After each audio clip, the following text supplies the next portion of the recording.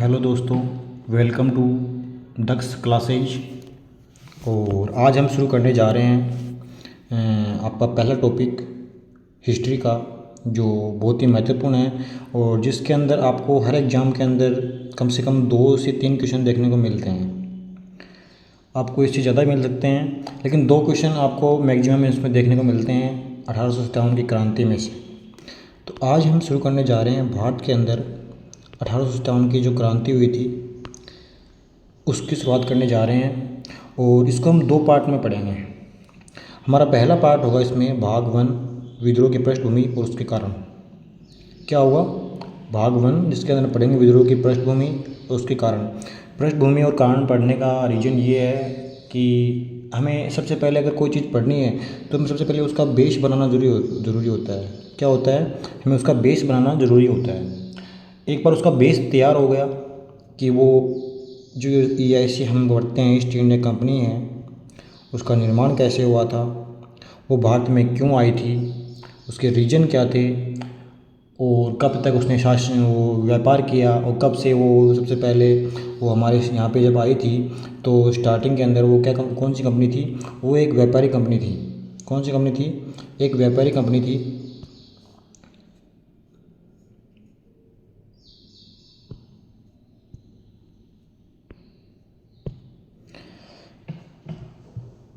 भारत में जब 1857 की क्रांति की शुरुआत होती है तो उसके लिए हम पढ़ रहे हैं विद्रोह की पृष्ठभूमि और उसके कारण। ठीक है। और अगर आपको ये वीडियो पसंद आता है तो आप चैनल को सब्सक्राइब कीजिएगा और वीडियो को लाइक, शेयर और सब्सक्राइब ज़रूर कीजिएगा और अपने दोस्तों के साथ शेयर कीजिएगा। अगर आपको ये वीडियो पसंद आता है तो ज़रूर ये चीज़ें करिएगा, हम आपके बहुत बहुत आभारी रहेंगे। चलो आगे इसको शुरू करते हैं। तो हमारा टॉपिक आपको सभी को पता चल गया क्या है? 1857 क्रांति की पृष्ठभूमि। पृष्ठभूमि के अंदर क्या पढ़ेंगे कि जो ईस्ट इंडिया कंपनी है उसका आगमन भारत में कैसे होता है और उसका विस्तार, वो अपना विस्तार कैसे करती है। जो शुरुआत के अंदर एक मात्र शुरुआत के अंदर क्या थी? एक मात्र एक व्यापारिक कंपनी थी। क्या थी? एक व्यापारिक कंपनी थी। और व्यापारिक कंपनी होने के बाद उसके बाद में वो कैसे एक हमारे यहाँ पे एक शक्ति के रूप में बन गई, तो हम वो इसके अंदर पढ़ेंगे। ठीक है, ये हो गया। ठीक है। अब देखो क्या होता है कि जब ईस्ट इंडिया कंपनी की स्थापना होती है वो किस तरीके की होती है, हम वो देखते हैं। तो यानी अंग्रेज़ों का आगमन और ईस्ट इंडिया कंपनी की स्थापना भारत के अंदर कैसे होती है तो वो देखते हैं। देखो मैं आपको जूम करके दिखाता हूँ। ये देखो, थोड़ी डिटेल से देखते हैं इसके अंदर। देखो इसमें क्या होता है कि जब 1600 ईस्वी की बात होती है, 1600 ईस्वी के अंदर लंदन के अंदर ईस्ट इंडिया कंपनी की क्या होती है? स्थापना होती है। क्या होती है? स्थापना होती है। और इसका उद्देश्य क्या था? ऐसा एकमात्र उद्देश्य उस समय क्या था? भारत और जो पूर्वी देश हैं उनके साथ क्या करना? व्यापार करना। केवल और केवल उनका उद्देश्य था व्यापार करना। वो अब भारत के अंदर शासन करने के लिए नहीं आए थे। जब ईस्ट इंडिया कंपनी की जब भारत में स्थापना होती है इंग्लैंड के अंदर, कहाँ अभी कहाँ है कंपनी? अभी कंपनी कहाँ पे है? अभी ये अंग्रेज़ों के पास है। कहाँ पे है? अंग्रेज। ये इंग्लैंड के अंदर ही अभी कंपनी बनी हुई है, अभी ये कंपनी भारत के अंदर नहीं आई है। तो उस समय जब ईस्ट इंडिया कंपनी की स्थापना होती है उसमें वहाँ की महारानी कौन थी? महारानी एलिजाबेथ फर्स्ट थी। और इसने क्या किया कि जो ईस्ट इंडिया कंपनी है उसको 15 वर्षों के लिए क्या दे दिया? एकाधिकार दे दिया गया। अब एकाधिकार का मतलब क्या होता है? एकाधिकार मतलब होता है कि ईस्ट इंडिया जो कंपनी है, ईस्ट इंडिया कंपनी है, उसके अलावा यहाँ पर कोई यहाँ पर या भारत के अंदर या पूरे देशों के अंदर कोई अन्य कंपनी व्यापार के लिए नहीं आएगी। ये उसने क्या कर दिया? उसको एकाधिकार दे दिया। ठीक है, किसको दे दिया? ईस्ट इंडिया कंपनी को एकाधिकार दे दिया कि आप जाइए और पूरे देशों के साथ व्यापार कीजिए। जब ये इसको दे दिया गया, अभी तक ये कंपनी भारत के अंदर नहीं आई है क्योंकि भारत के अंदर उस समय कौन था? मुगल साम्राज्य था। ठीक है। जब महारानी एलिजाबेथ की मृत्यु होती है, क्या होती है? महारानी एलिजाबेथ की मृत्यु होती है। महारानी एलिजाबेथ की मृत्यु होती है। राजा कौन बनता है? किंग्स जेम्स फर्स्ट बनता है। कौन बनता है? किंग कौन बनता है? किंग बनता है जेम्स प्रथम। आपके राजा बनते हैं। ठीक है, ये राजा बनते हैं अब यहाँ से क्या होती है, पूरी कहानी स्टार्ट होती है जेम्स फर्स्ट के द्वारा। ये कैसे अपने राजदूत भारत के अंदर भेजता है और वो कहाँ कहाँ कौन से राजा से मिलते हैं और कौन से राजा से मिलते हैं और राजा से मिलते हैं और वहाँ पे शासन किसका था और उनको शासन के अंदर उनको सामान मिला या नहीं मिला और उनको भारत में व्यापार करने की अनुमति दी गई या नहीं दी गई, ये सब इसके अंदर हम आगे वाले पेज के पढ़ते हैं, अंदर चल रहे हैं। अगर आपको समझ में आ रहा है तो अभी आप हिट द लाइक बटन और चैनल को सब्सक्राइब करें और अपने दोस्तों के साथ शेयर करें जो टॉपिक पढ़ने वाले हैं उन्हीं के साथ, ठीक है। बाकी से हमें कोई मतलब नहीं है, ठीक है। अब देखो क्या होता है जब ईस्ट इंडिया कंपनी भारत के अंदर आती है। कहाँ आती है?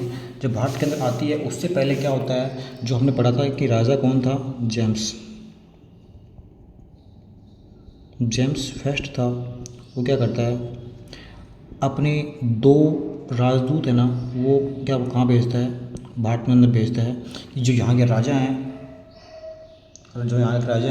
उनसे अनुमति लेने के लिए, क्या लेने के लिए, अनुमति लेने के लिए। और जब ये जेम्स राजा बनता है उसमें भारत के अंदर कौन था, मुग़ल साम्राज्य का राज था, यानी कि सत्ता किसके अधीन थी, मुग़लों के अधीन थी। यानी दिल्ली के अंदर शासन कौन कर रहे थे, मुग़ल कर रहे थे, ठीक है। तो सबसे पहले जब महारानी एलिजाबेथ के समय जब ईस्ट इंडिया कंपनी की स्थापना हुई थी 1600 ईस्वी के अंदर, कौन सी ईस्वी के अंदर, 1600 ईस्वी के अंदर राजा कौन था, अकबर था। भारत के अंदर सम्राट कौन था, अकबर था। तो जब अकबर था तो उस समय तो ये कुछ नहीं हुआ, ठीक है। लेकिन अकबर के बाद में राजा कौन बनता है, देखो मैंने लिखा हुआ है इसके अंदर PDF के अंदर 1600 ईस्वी के अंदर EIC की स्थापना के समय भारत का मुगल सम्राट कौन था, अकबर था। और अकबर के बाद में राजा कौन बनता है, जहांगीर बनता है। कौन बनता है, जहांगीर। अब जहांगीर के काल का विस्तार होता है। जहांगीर के पास क्या आते हैं, 2 राजदूत। कौन भेजता है, मैंने जैसे कि बताया कि जेम्स प्रथम 2 राजदूत भेजता है। एक का नाम है आपके विलियम हॉकिंस। क्या नाम है, एक का नाम आपके विलियम हॉकिंस, ठीक है।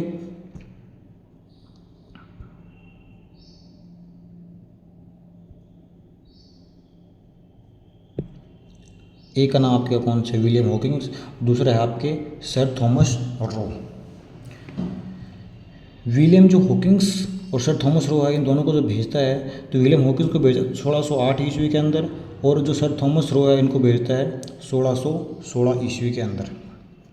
विलियम हॉकिंस जहांगीर के पास जाते हैं और जहांगीर के पास जाकर ये कहाँ जाते हैं, जहांगीर के पास जाकर आगरा के फोर्ट, जो आगरा फोर्ट है वहाँ पे जाके जहांगीर से मिलते हैं। कहाँ पे मिलते हैं, जहांगीर से मिलते हैं आगरा फोर्ट के अंदर। लेकिन जहांगीर ने क्या किया, इनको अनुमति देने से क्या कर दिया, इनको अनुमति देने से मना कर दिया कि हम आपको व्यापार की अनुमति नहीं देंगे।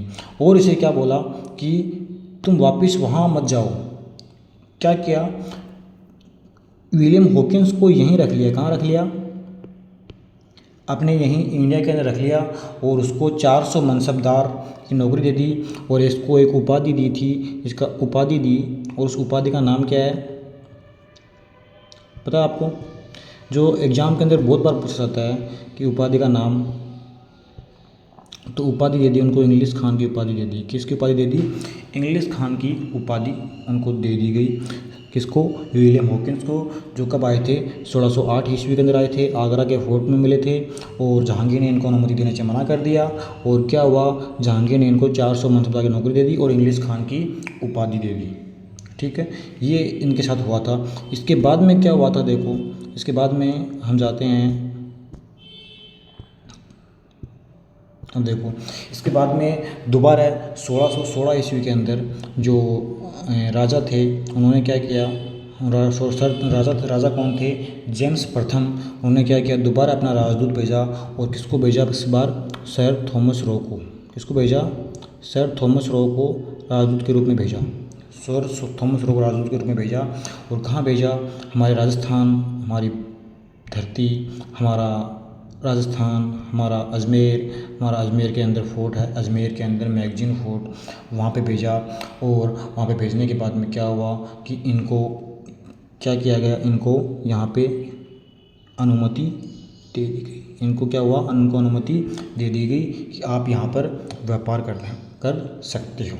ठीक है, जब इनको ये अनुमति दे दी गई तो उसके बाद में क्या होता है, देखो आगे चलते हैं। उसके बाद में ईस्ट इंडिया कंपनी क्या करती है, अपने व्यापार का विस्तार करती है। और प्रारंभ में EIC जो मैंने बताया था कि ईस्ट इंडिया कंपनी है, वो क्या थी, केवल एक व्यापारी कंपनी थी। क्या थी, केवल एक व्यापारी कंपनी थी। और उसका उद्देश्य क्या था, उसका उद्देश्य केवल क्या था, उसका उद्देश्य केवल व्यापार करना था।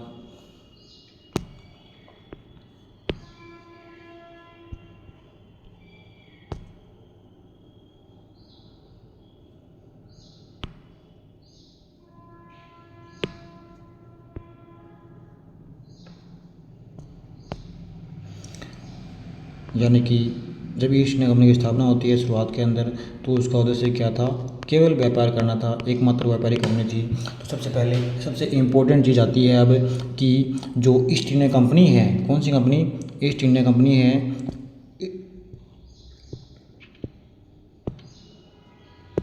ईस्ट इंडिया कंपनी है जो भारत के अंदर व्यापार करने के लिए आई थी।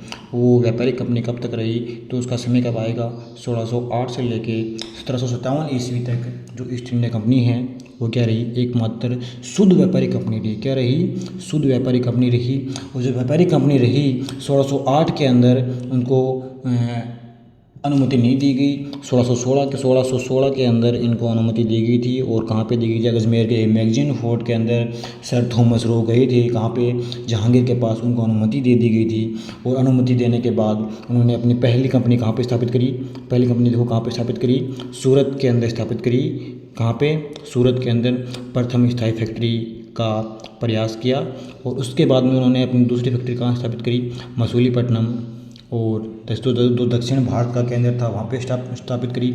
उसके बाद में मद्रास के अंदर कहाँ पे करी, सेंट जॉर्ज फोर्ट और चिनचूरा। उसके बाद में जो बंगाल के क्षेत्र में आता है, उड़ीसा, जो भारत का तटीय क्षेत्र है उसके वहाँ पे स्थापित करी। और बंगाल के अंदर जहाँ जो भारत का क्या था, सर्वाधिक समर्थ क्षेत्र था, जहाँ पे सर्वाधिक समर्थशील लोग रहते थे, वहाँ पे उन्होंने अपनी ईस्ट इंडिया कंपनी स्थापित करी। ये चीज़ें आपको क्रमशः रखनी है। 1 नंबर पे सबसे पहले कौन सी स्थापित की गई थी, 2 नंबर पे कौन सी कंपनी थी, 3 नंबर पे कौन सी कंपनी थी, और 4 नंबर पे कौन सी थी, और 5 नंबर पे कौन सी थी, और 6 नंबर से कौन सी थी। सबसे पहले कौन सी थी, सबसे पहले थी आपके सूरत, सबसे पहले कौन सी थी आपके सूरत, फिर मसूलीपट्टनम, मद्रास, चिनचूरा, उड़ीसा, बंगाल।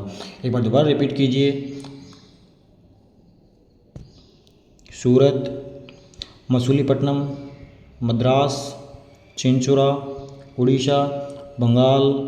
दोबारा रिपीट कीजिए एक बार। जब तक आपको याद नहीं हो जाएगा तब तक मैं जाने वाला नहीं हूँ, आपको याद करवा के ही जाऊँगा। मेरे इस वीडियो में से आपको एक भी क्वेश्चन 1857 की क्रांति से बाहर नहीं मिलेगा, ये मेरी गारंटी है। आज मैं लिख के दे रहा हूँ आपको।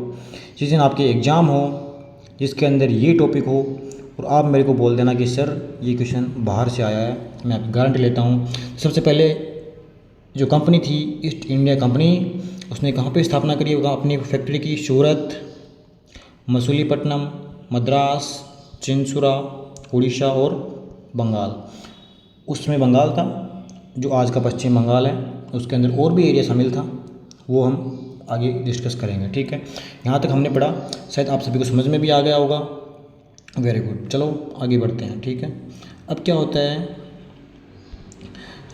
सबसे इम्पोर्टेंट चीज़ इसके अंदर आती है क्या, सबसे इम्पोर्टेंट चीज़ इसके अंदर आती है, ये देखो। अब एक व्यापारी कंपनी थी, हमने क्या लिखा देखो, कहाँ से कहाँ तक लिखा, 1608 से 1757, यानी कि 1608 से 1757 तक एक क्या थी, एक व्यापारी कंपनी थी। कौन सी कंपनी थी, शुद्ध व्यापारी कंपनी थी। क्योंकि इसने अभी हस्तक्षेप करना शुरू नहीं किया था, क्योंकि भारत में मुग़ल साम्राज्य का शासक था। और एक जो मुग़ल साम्राज्य का शासक था वहाँ पे क्या था कि जो राजा था जहांगीर बैठा था, उसके बाद में औरंगजेब आ गया। मतलब जो सत्ता है वो एक अच्छे आदमी के हाथ में थी, जिसने मतलब पूरे पे कंट्रोल कर रखा था। लेकिन जैसे ही क्या होता है, औरंगजेब जो होता है औरंगजेब जो होता है उसकी मृत्यु होती है, औरंगजेब की मृत्यु होती है तो क्या होती है, सत्ता परिवर्तन होती है। क्या होती है, सत्ता में क्या होता है, परिवर्तन होता है। जब सत्ता में परिवर्तन होता है तो क्या होता है, 1707 के अंदर औरंगजेब की मृत्यु के बाद मुग़ल सत्ता क्या हो गई, कमज़ोर हो गई। जैसे ही औरंगजेब की मृत्यु होती है मुग़ल सत्ता कमज़ोर हो गई और राजा कौन बनता है उसके बाद में, फ़र्रुखसियार जो राजा बनता है। और जो राजा बनता है फ़र्रुखसियार, उसको क्या होता है, एक चर्म रोग हो जाता है। क्या हो जाता है, एक चर्म रोग हो जाता है।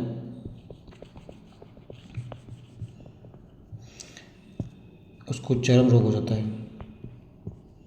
अब जो अंग्रेज़ भारत के अंदर आए हुए थे उनके पास डॉक्टर जो थे वो अच्छे थे। क्या थे, डॉक्टर थे वो अच्छे थे। ठीक है। अब ये जो चर्म रोग होता है इसके अंदर जो इसकी डेट साल बताता हूँ आपको, आती है 1717 की बात है। उनको चर्म रोग होता है, उनका इलाज करवाते हैं लेकिन उनका इलाज नहीं कर पाते हैं इंडिया वाले। तो जो ईस्ट इंडिया कंपनी है, कौन सी कंपनी है, ये जो ईस्ट इंडिया कंपनी है वो क्या करती है, उनको बोलती है कि हमारे पास एक डॉक्टर है, अच्छा डॉक्टर है, आप उनसे इलाज करवाइए, आपका बेहतर इलाज होगा।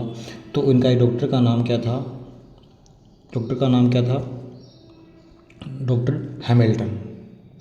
हैमिल्टन को भेजती है और इनका इलाज करती है। और इलाज करने के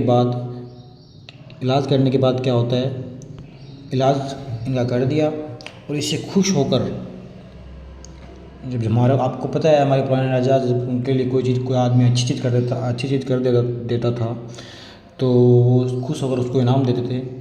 तो उन्होंने बोला कि यश को कि आप बोलिए आपको क्या चाहिए, आपको क्या चाहिए।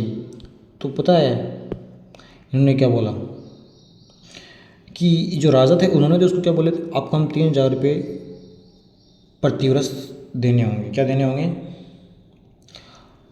आपको 3000 रुपये साल के देने हैं। और बंगाल के अंदर आपको क्या करना है, आपको टैक्स फ्री व्यापार की सुविधा दी जाती है। क्या कर दिया कि आप बंगाल के अंदर व्यापार कीजिए, आपसे कोई टैक्स नहीं लिया जाएगा, और टैक्स लिया जाएगा तो साल का बहुत ही कम टैक्स लिया जाएगा, 3000 रुपये प्रतिवर्ष आपको टैक्स देना होगा। इसके अलावा आपको कुछ नहीं देना, इसके अलावा आपको कुछ नहीं देना। और सबसे इम्पोर्टेंट चीज़ जो एग्ज़ाम में पूछ जाता है कि जब ये चीज़, दोनों चीज़ें हुई थी, इनको हमारे भारतीय इतिहास में क्या बोला जाता है, तो इसको बोला जाता है क्या, दस्तक। नाम याद रखना, आपसे पूछ ले जाए क्वेश्चन के अंदर कि दस्तक क्या है तो आप बता देना कि वो आपके जो फ़र्रुखसियार थे उनका इलाज करने के बाद ऐसी कंपनी को प्रतिवर्ष 3000 रुपये दिया, 3000 रुपये टैक्स वसूला गया प्रतिवर्ष, और उनको बंगाल में टैक्स फ्री कर दिया गया। तो इसको हमारे इतिहास में क्या कहते हैं, दस्तक कहते हैं। ठीक है, चलो अब आगे बढ़ते हैं आगे वाले पोर्शन के अंदर। देखो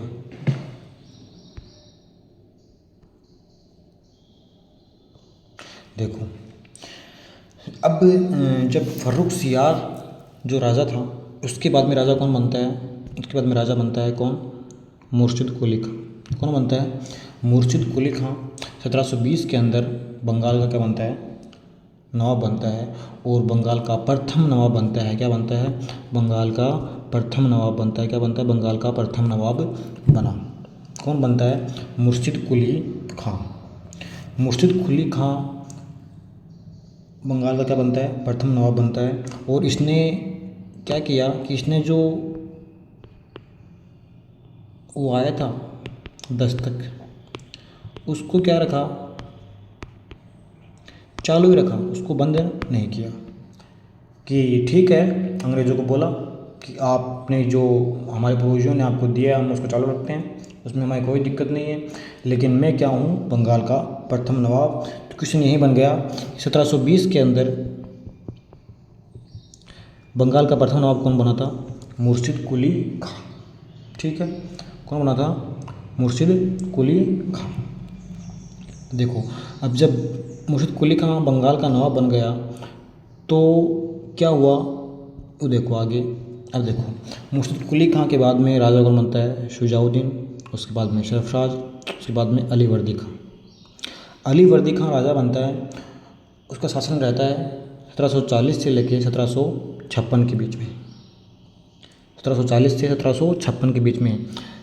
1740 से 1756 के बीच में। और हमने क्या पढ़ा था कि जो ईस्ट इंडिया कंपनी थी 1608 से लेके 1757 तक क्या रही थी? एक व्यापारिक कंपनी रही थी। और वो समय आ गया है। कौन सा समय आ गया है? वो समय आ गया है 1740 से 1756 वाला। 56 आ गया है। अभी 1757 के अंदर ईस्ट इंडिया कंपनी एक व्यापारिक कंपनी नहीं रहेगी और क्या बन जाएगी? एक शक्ति के रूप में बन जाएगी। और ये कैसे होता है अभी वो हम आगे देखते हैं। ठीक है,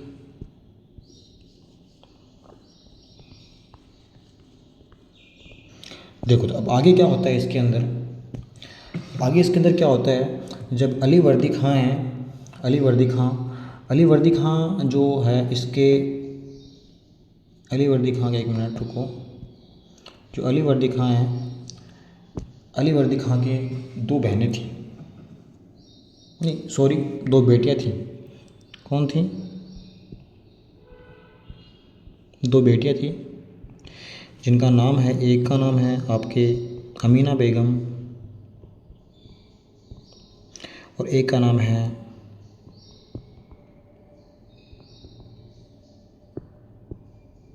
घसीटी बेगम। ठीक है, एक का नाम है अमीना बेगम, एक का नाम है घसीटी बेगम।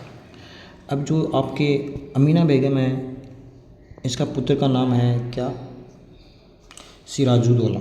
सुना होगा नाम सभी ने। क्या नाम है?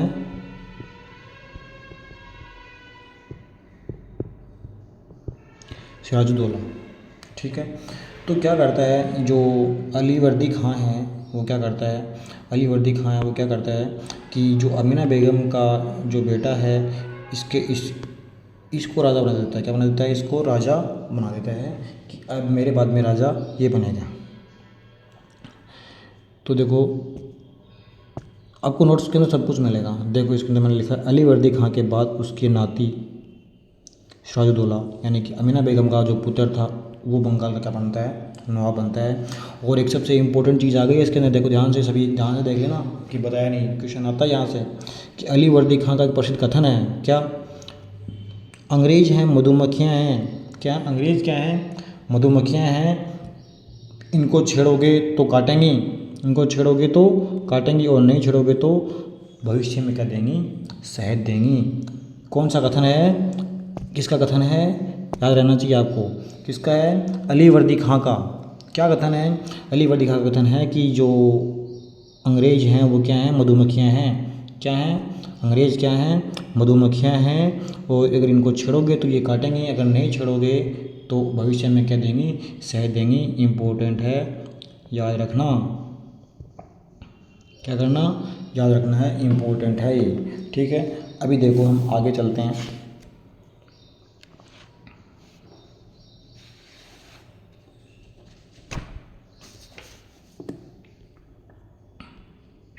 अब देखो क्या होता है।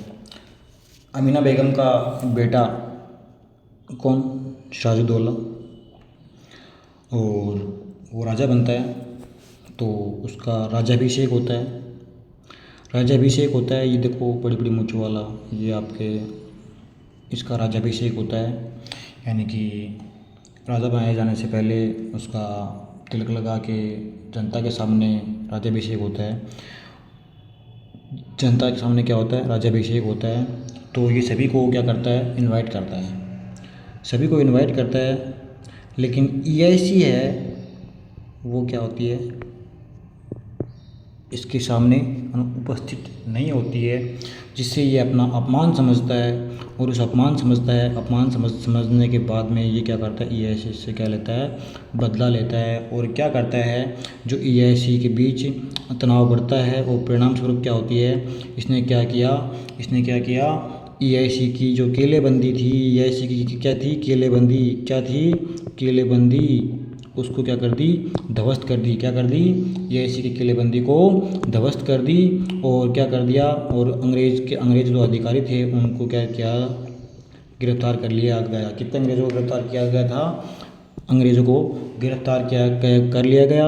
146 अंग्रेज़ों को क्या किया गया, गिरफ्तार किया गया। और 146 जो अंग्रेज़ थे उनको गिरफ्तार किया गया और उनके कमरा दिया गया, छोटा सा कमरा। इसकी साइज़ क्या थी, 14 बाई 18 का एक कमरा। समझ सकते हो आप घर में अगर छोटा बाथरूम होगा, उससे भी छोटा एक कमरा दिया गया, जिसके अंदर कितने लोग थे, 146 लोग थे। कितने लोग थे, 146 लोग थे। उनको एक कमरे में कैद कर लिया गया। और ये घटना किस दिन की है, तो ये याद रखना इम्पोर्टेंट, जिसको हम बोलते हैं काल कोठरी की घटना। और ये घटना कब की है, 20 जून 1756 की। कब की है, 20 जून 1756 की ये घटना है। और इस घटना को हम क्या बोलते हैं, इस घटना हम क्या बोलते हैं, काल कोठरी की घटना। क्या बोलते हैं, काल कोठरी की घटना। 20 जून 1756 का ये दिन है। इसके बाद में क्या होता है, 2 दिन बाद, कितने दिन बाद, 2 दिन बाद, ये यहाँ पे मिस प्रिंट हुआ है, यहाँ पे 22 नहीं है, यहाँ पे 21 नहीं है, यहाँ पे आएगा 22 जून। 2 दिन बाद 22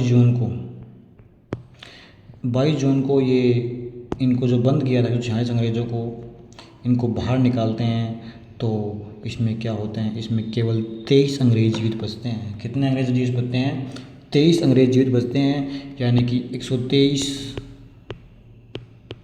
मर गए। 146 थे ना अंग्रेज़, जिसको कमरे में बंद किया था, उसमें से 23 अंग्रेज़ बचे हैं। 23 अंग्रेज़ बचे हैं। उसके अंदर एक आदमी और है, उसके अंदर एक आदमी है जिसका नाम क्या है, विलियम होलवेल। क्या नाम है, विलियम होलवेल। और विलियम होलवेल की एक बुक है जिसका नाम है alive the words. Alive the words, यहाँ पे फिर से मिसप्रिंट हुआ है, यहाँ पे वर्ड्स नहीं है, अलाइव दी वंडर है।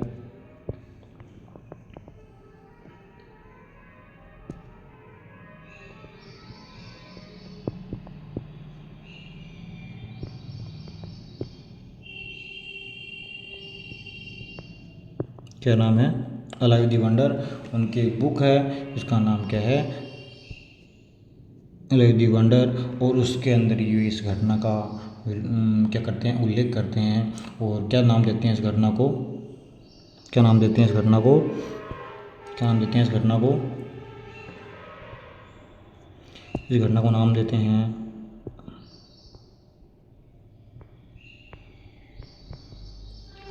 ब्लैक होल ट्रेजेडी, या फिर इसे क्या बोलते हैं, काल कोठरी की घटना बोलते हैं। जब ये घटना हुई, काल कोठरी की घटना, कब, 20 जून 1756 को। उसके बाद में 22 जून को जब ये खोला गया था गेट, तब उसमें 23 अंग्रेज़ बचे थे। उसमें एक का नाम था आपके विलियम होलवेल। इसकी बुक है अलाइव दी वंडर। क्या नाम है, बुक का नाम क्या है, अलाइव दी वंडर। और उसके अंदर ये घटना का उल्लेख किया गया है। और उसके अंदर इस घटना को क्या नाम दिया गया है, ब्लैक होल ट्रेजेडी। और जो विलियम होलवेल थे उसमें 23 लोगों में से जिंदा बचे थे एकमात्र, उन्होंने वो घटना का उल्लेख अपनी बुक के अंदर किया है। जब 22 जून को उनको निकाला गया, तो फिर अगली तारीख आती है आपके 22 जून के बाद में क्या आएगी, अगली तारीख आई आपके यहाँ पे आएगी 23 जून 1857, जो भारतीय इतिहास का एक बहुत बड़ा दिन था। भारतीय इतिहास यहाँ से एकदम बदल गया। जो भारत का इन हिस्ट्री थी, जो भारत की शासन व्यवस्था थी, वो यहाँ से बिल्कुल बदल गई। क्योंकि ये वही वो दिन था जिस दिन ईस्ट इंडिया कंपनी एक व्यापारी कंपनी से क्या बन गई, एक शक्ति बन गई भारत के अंदर। क्या बन गई, भारत के अंदर शक्ति बन गई। इस दिन क्या होता है, चलो आगे देखते हैं। वो आगे घटना देखो, मैंने कहा था प्लासी का युद्ध। तारीख क्या है, तारीख क्या है, 23 जून 1857, सॉरी 1757। प्लासी का युद्ध क्यों हुआ था? मैंने आपको बताया कि जो कालकोठरी की घटना है, ब्लैक होल ट्रेजेडी है, उसकी वजह से क्या होता है, प्लासी का युद्ध होता है। और किस किस के बीच में होता है? एक तरफ था रॉबर्ट क्लाइव। कौन था? Robert Clive. एक तरफ था सिराजुद्दौला। कौन था? सिराजुद्दौला। ठीक है, कौन था? Robert Clive. एक तरफ कौन था? सिराजुद्दौला। इन दोनों के बीच में कौन सा युद्ध होता है? प्लासी का युद्ध होता है। प्लासी का युद्ध होता है और इसके अंदर रॉबर्ट क्लाइव क्या होते हैं? विनर होते हैं और ये क्या होते हैं? हार जाते हैं। और इसको विश्वासघात किसने किया था? सिराजुद्दौला का सेनापति था कौन? मीर जाफ़र। कौन था? मीर जाफ़र। उसने क्या किया था? उसके साथ विश्वासघात किया और विश्वासघात करने के बाद में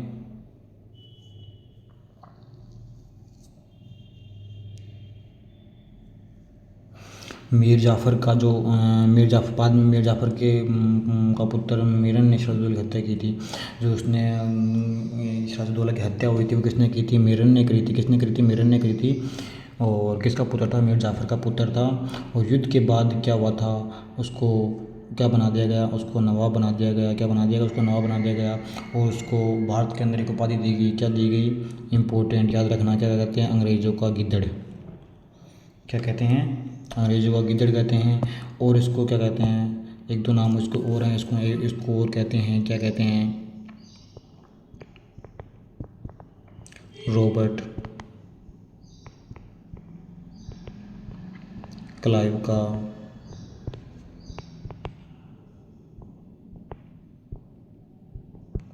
क्लाइव का गिद्धड़।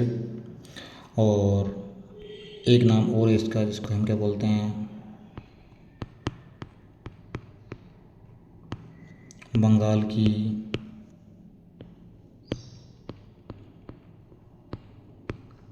आर्थिक लूट का युग। इसको दो नाम से जाना जाता है इसको। ठीक है, और इसके बाद में हम आगे चलते हैं। देखो अब क्या होता है आगे।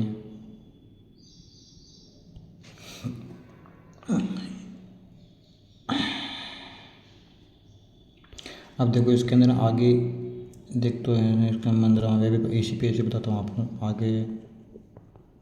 ठीक है, अब क्या होता है जब ये मीर जाफ़र को क्या बना देते हैं? नवाब बना देते हैं। तो इसको नवाब कब बनाया गया? आपको पता होना चाहिए। 1757 में इसको नवाब बनाया गया। 1757 के अंदर इसको नवाब बनाया गया। और उसके बाद में वो 1763 के अंदर 1763 के अंदर इसने राजगद्दी छोड़ दी। और राजगद्दी छोड़ने के बाद अपने जो इनका दामाद था, दामाद का नाम क्या है? मीर कासिम। क्या नाम है? मीर कासिम। मीर कासिम को बंगाल का नवाब बना देता है। और जब मीर कासिम को बंगाल का नवाब बना देता है तो मीर कासिम है वो दो तीन काम करता है। क्या काम करता है? दो तीन काम कौन कौन से काम करता है? क्या करता है? एक तो जो यहाँ की राजधानी है, एक तो यहाँ की जो राजधानी है उसको बदलता है। और राजधानी को क्या कर देता है? क्या करता है? मुर्शिदाबाद से, राजधानी पहले क्या थी? मुर्शिदाबाद थी। मुर्शिदाबाद से क्या कर देता है? मुंगेर कर देता है। मुर्शिदाबाद से क्या कर देता है? मुंगेर कर देता है। एक तो ये काम करता है। ठीक है, और दूसरा काम क्या करता है? दूसरा काम करता है कि सेना का पुनर्गठन करता है। और एक आदमी है राम नारायण जो आदमी है इसको क्या करता है? इसको फांसी देता है। भाई इसको फांसी क्यों दे दी? बेचारे राम नारायण को फांसी क्यों दे दी? भाई इसको फांसी इसलिए दी गई थी क्योंकि जो राम नारायण था वो क्या था? अंग्रेज़ों को, वो जो यहाँ पे नवाब थे उनके बीच में मध्यस्थ का काम कर रहा था। जैसे ऐसे उसको पता चलता राम नारायण को कि भाई जो बंगाल के अंदर अच्छी खासी फसल का उत्पादन हुआ है या कुछ पैसे आए हैं, तो उसकी जानकारी वो किसको देता था? उसकी जानकारी वो अंग्रेज़ों को देता था। अंग्रेज आते और उनसे लेके चले जाते थे। तो ये होता है। ठीक है, और इसने क्या किया? सेना का पुनर्गठन किया था। क्या किया था? सेना का पुनर्गठन किया। और इसने क्या किया? अब जो मीर कासिम तो बना था वो क्या था? एक अच्छा राजा था। तो उसने क्या किया? सबसे पहले वो कहाँ जाता है? सबसे पहले वो जाता है अवध। अवध में नवाब कौन था? अवध में नवाब था शुजाउद्दौला। अब ये अवध में नवाब के पास जाता है शुजाउद्दौला। कौन जाता है? मीर कासिम।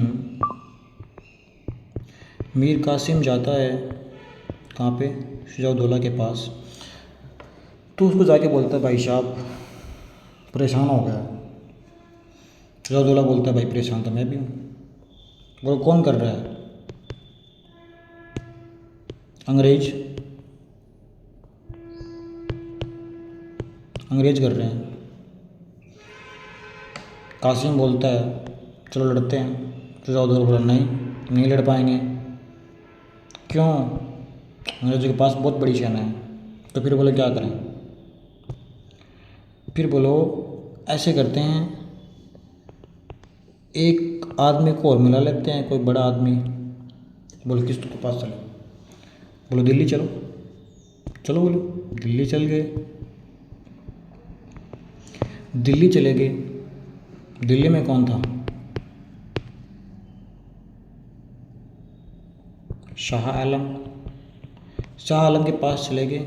बोले भाई साहब परेशान हो गए। बोले क्या बात हुई? अंग्रेज़ों ने जीना हराम कर रखा है। बोले यार परेशान तो मैं भी हूँ। तो बोले क्या करें? लड़ाई कर ले। शुजाउद्दौला को लड़ाई कर ले। तो बोला कर लो।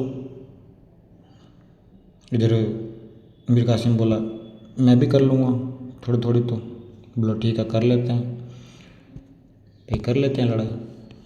तो आगे जाके क्या होता है? तीनों मिलते हैं। एक आदमी अवध का था, अवध का नवाब, एक बंगाल का नवाब, एक मुग़लों का नवाब। तीनों मिलते हैं और आगे जाके एक बड़ा युद्ध होता है। उस युद्ध का नाम आगे देखते हैं क्या है। बक्सर का युद्ध और कंपनी का प्रभुत्व। 1764 के अंदर, अक्टूबर 1764 के अंदर बक्सर का युद्ध होता है। एक तरफ ईस्ट इंडिया कंपनी और उसका राजा, कंपनी का राजा या कंपनी का सेनापति हेक्टर मुनरो। एक तरफ हमारे भारत के मीर कासिम, शुजाउद्दौला और शाह आलम जीतते ये थे। दोनों के बीच में घमासान युद्ध होता है। युद्ध के नतीजे तो आपको पता ही है क्या होते हैं। ये इसके अंदर क्या होते हैं? विनर, और ये संयुक्त सेना हार जाती है। क्या होता है? सेना हार जाती है। जो अगली लाइन में मैंने क्या लिखा है ध्यान से पढ़ना। मीर कासिम ने अंग्रेज़ों के हस्तक्षेप से बचने के लिए राजधानी को मुर्शिदाबाद से मुंगेर बदली थी, मैंने आपको बता दिया पहले। और मीर कासिम ने सेनापति गुरगिन खान ने राजधानी में सुरक्षा हेतु शस्त्रागार बनवाया था। किसने बनवाया था? गुरगिन खान ने। अब जो युद्ध हुआ था उसके अंदर क्या होता है? युद्ध में संयुक्त सेना पराजित हुई और मीर कासिम क्या हुआ? भाग गया। और अंग्रेज़ों ने पुनः मीर जाफ़र को नवाब बना दिया। किसको बना दिया? मीर जाफ़र को पुनः नवाब बना दिया गया कि भाई साहब राजा तू ही बनेगा। इसने बोला क्या है, मान जाऊँगा। अब ये आज का वीडियो हम यहीं पे एंड करते हैं। अगले वीडियो में हम जाएंगे कि यहाँ पे अंग्रेज जो EIC है वो युद्ध जीत गई और एक क्या बन गई? एक व्यापारी कंपनी से क्या बन गई? शक्तिशाली कंपनी बन गई। ठीक है, क्या बन गई? शक्तिशाली कंपनी बन गई है। अब हमें क्या करना चाहिए कि कंपनी बन गई। एक मिनट रुको, देखो 1 मिनट।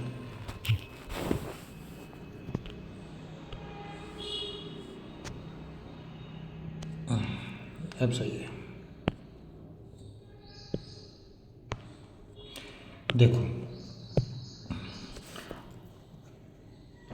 हमने क्या पढ़ा था कि शुरुआत के अंदर ये क्या थी? एकमात्र, अरे यार बहुत मोटा हो गया रे, छोटा कर दो उसको। शुरुआत के अंदर एक क्या थी? ये शुरुआत के अंदर एक व्यापारी कंपनी थी।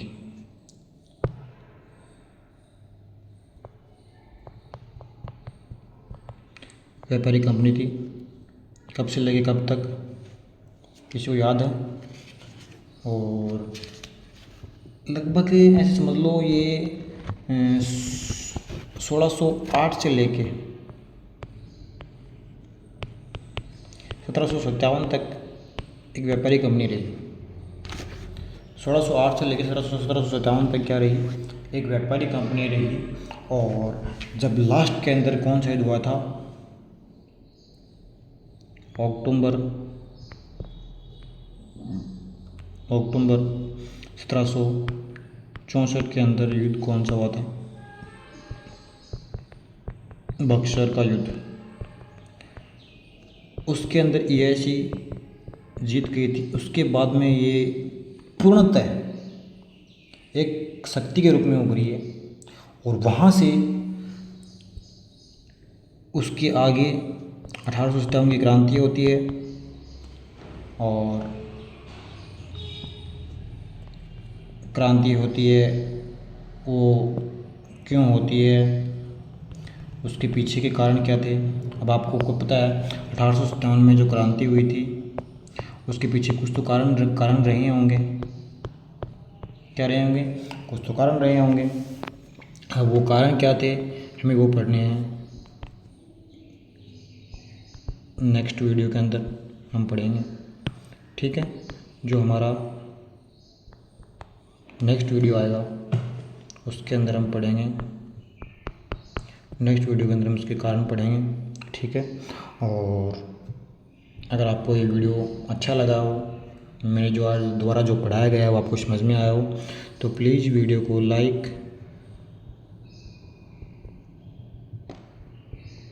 शेयर, सब्सक्राइब कीजिएगा और अपने दोस्तों के साथ शेयर कीजिएगा। और अगर इस जो वीडियो है इसके अंदर जो भी नोट्स हैं उनकी अगर आपको पीडीएफ चाहिए तो वो भी मैं आपको अवेलेबल करवा दूँगा। आप मुझे कमेंट के अंदर मैसेज कर देना। और मैसेज नहीं कर पाओ तो हमारा टेलीग्राम ग्रुप है, उसके अंदर आपको इसकी पीडीएफ मिल जाएगी। जब ये पार्ट ख़त्म हो जाएगा तब आपको इसकी पीडीएफ मिल जाएगी टेलीग्राम के अंदर। और थैंक यू दोस्तों, आज के लिए बस इतना ही। मिलते हैं नेक्स्ट वीडियो के साथ। आप सभी का प्यार अगर मुझे मिला, आप सभी का अगर प्यार मुझे मिला, आप मुझे बताया कि आपको ये पसंद आया है, तो ये टॉपिक हम ज़रूर पढ़ेंगे आगे। और आप मुझे बताइएगा अगर आपको पसंद आया है तो मैं आपके लिए जल्दी ये वीडियो लेके आने की कोशिश करूँगा। मुझे समझाने की कोशिश करूँगा आपको अच्छे से।